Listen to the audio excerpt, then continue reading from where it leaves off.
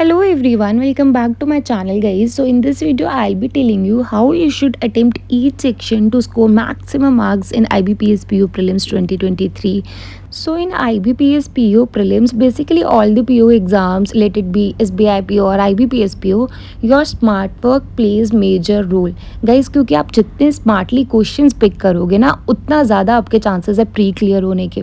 We have seen in PO exams like clerk exam की बहुत ज़्यादा हाई कट ऑफ जाती है, ऐसा पीओ एग्ज़ाम में नहीं होता है. तो आपको वहाँ पर बहुत स्मार्टली क्वेश्चंस पिक करने हैं. स्पेशली गाइस जो आपका वीक सेक्शन है ना, उसमें जो अभी मैं आपको अटेम्प्ट स्ट्रैटेजी बताऊंगी वो आप फॉलो करना, so that you can score maximum marks in that particular section. But if कोई सेक्शन आपका स्ट्रॉन्ग है, दो सेक्शन तो स्ट्रॉन्ग होंगे ना, उसमें आपको कोई अटेम्प्ट स्ट्रैटेजी फॉलो करने की ज़रूरत नहीं है. Like I do in reasoning, मैं फर्स्ट क्वेश्चन से करना स्टार्ट कर देती हूँ और 35th क्वेश्चन पर एंड करती हूँ. मैं कभी भी क्वेश्चन स्विच नहीं करती हूँ रीजनिंग में. सो आपका जो स्ट्रॉन्ग सेक्शन है उसमें आपको स्विच करने की ज़रूरत नहीं है, उसमें टाइम वेस्ट होता है थोड़ा सा.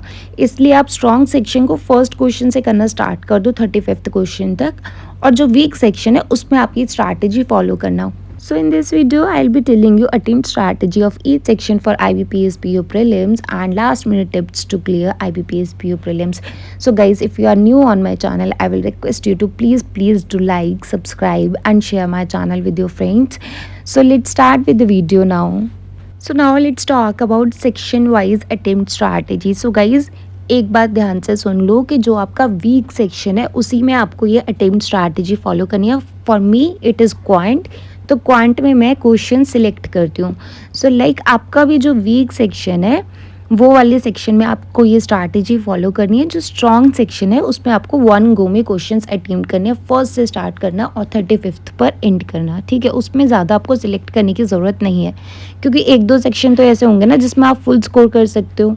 So now let's talk about English section. तो मेरा ये स्ट्रॉन्ग सेक्शन है. व्हाट आई डू कि मैं फर्स्ट को में क्वेश्चन करना स्टार्ट कर देती हूँ, बट जहाँ पर आरसी आता है या पैराजम्बल आता है उसको स्किप कर देती हूँ, क्योंकि वो थोड़ा सा टाइम टेकिंग होता है और थोड़ा उसे ना काम माइंड से देना चाहिए. तो उसको हमेशा मैं लास्ट में अटेम्प्ट करती हूँ, क्योंकि अगर स्टार्टिंग में ही अगर आरसी मैंने पिक कर ली तो होगा क्या कि वहाँ पे सारा टाइम निकल जाएगा और मैं पैनिक करूँगी कि इतने कम टाइम में मुझे अभी इतने सारे क्वेश्चंस करने. सो बेटर कि आरसी आप लास्ट में ही अटेम्प्ट करना, आरसी और पैराजम्बल. ठीक है, जिनका वीक सेक्शन है वो लोग सबसे पहले मिसस्पेल्ड वर्ड्स वाले क्वेश्चन, वर्ड रीअरेंजमेंट वाले क्वेश्चन अटेम्प्ट करेंगे. उसके बाद अटेम्प्ट करना है एरर और cloze test question, next parajumble question और लास्ट में अटेम्प्ट करना आरसी. आरसी से पहले पैराजम्बल क्वेश्चंस कर लेना और लास्ट में हमेशा आरसी अटेम्प्ट करना. No matter English is your weak section और स्ट्रॉन्ग सेक्शन, आप आरसी और पैराजम्बल को हमेशा लास्ट में अटेम्प्ट करना. One more tip for you कि इंग्लिश में गाइज अगर आप 20-25 भी स्कोर कर रहे हो फुल एक्यूरेसी के साथ, तो that is a good score. कभी भी ये मत सोचना कि 30 अटेम्प्ट करके आता हूँ, वो आपको थोड़े से टाइम के लिए सेटिस्फेक्शन देगा कि हमने इतना अटेम्प्ट करा है. अटेम्प्ट आपके बढ़ जाएंगे. जब रिजल्ट आएगा ना और 0.25 से आपका सिलेक्शन रह जाएगा, तब आप बहुत रिग्रेट करोगे कि मैं वो क्वेश्चन क्यों मार्क करके आया. सो गाइज इंग्लिश में even if you are attempting 20, 22, 25 questions, attempt them with full accuracy. वहाँ पर कोई नेगेटिव मार्किंग नहीं होनी चाहिए.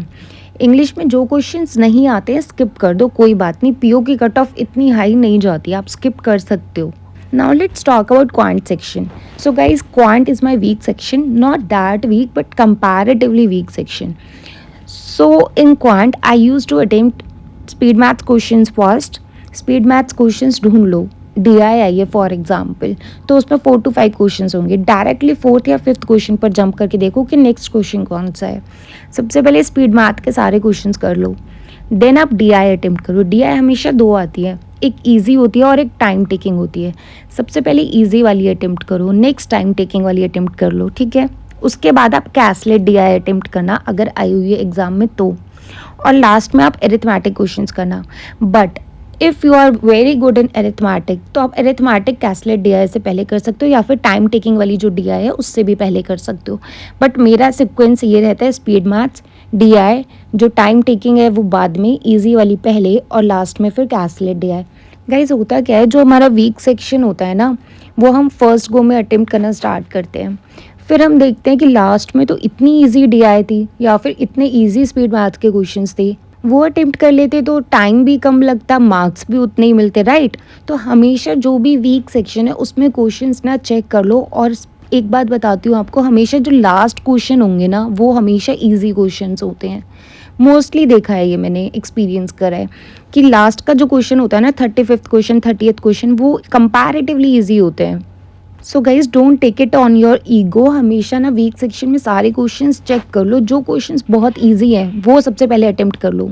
Next is reasoning. Guys reasoning is my strongest section. I use to attempt it in one go. जो भी questions आते हैं मैं करती जाती हूँ, मैं कभी भी ना जंप नहीं करती हूँ रीजनिंग में नेक्स्ट क्वेश्चन पर।